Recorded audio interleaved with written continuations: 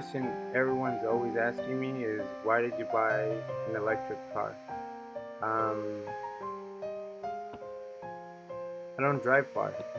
Um, when I first bought it, I was commuting from school and back, and I did that five times a week.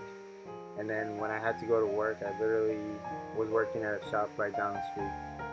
Now I'm going to work, and it's actually a closer commute. Going to school, I was driving like about 10, 20 minutes, and now I'm driving about approximately under 10 minutes to go to work.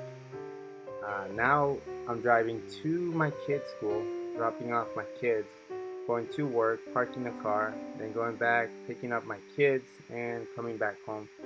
And that's adds on another like 5 minutes. And so I'm driving anywhere from 15 to 20 minutes, again dropping off the kids. So I really don't commute far. So the number one reason for me as far as having an electric car is I don't drive far. And I picked up this one with 98 miles of range. The number two reason for me is I don't have to worry about oil changes, and the maintenance is very low. I already added about anywhere from 20 to 30,000 miles since I initially got this car, and I put it on a lift, and the tires are good, brakes are good, suspension is good, and I put it under an alignment, and the alignment came up like with everything in the green.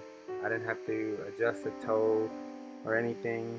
I didn't have any bad shocks, nothing. Like everything was in the green, so it's very low maintenance. The tires are still good. The only reason I had to like replace a tire is I ran over something in the highway and I bent one of the actual wheels. And so I changed the tire and got a new wheel. But other than that, like that would be a common accident. Anybody who runs over something in the highway going at 60 miles per hour and like bends the wheel. So uh, so maintenance is very low. Uh, Reason number three is I can charge it overnight in my house. Anybody with 120 volt uh, outlet, basically everybody, the, the same place you would charge your iPhone, you can charge this car overnight. And anybody can pick one up now. As far as these cars, from anywhere from 5,000, I've seen them to 500 if you're tech savvy and want to throw on a battery or want to like fix something that got total with no airbags. You can pick it up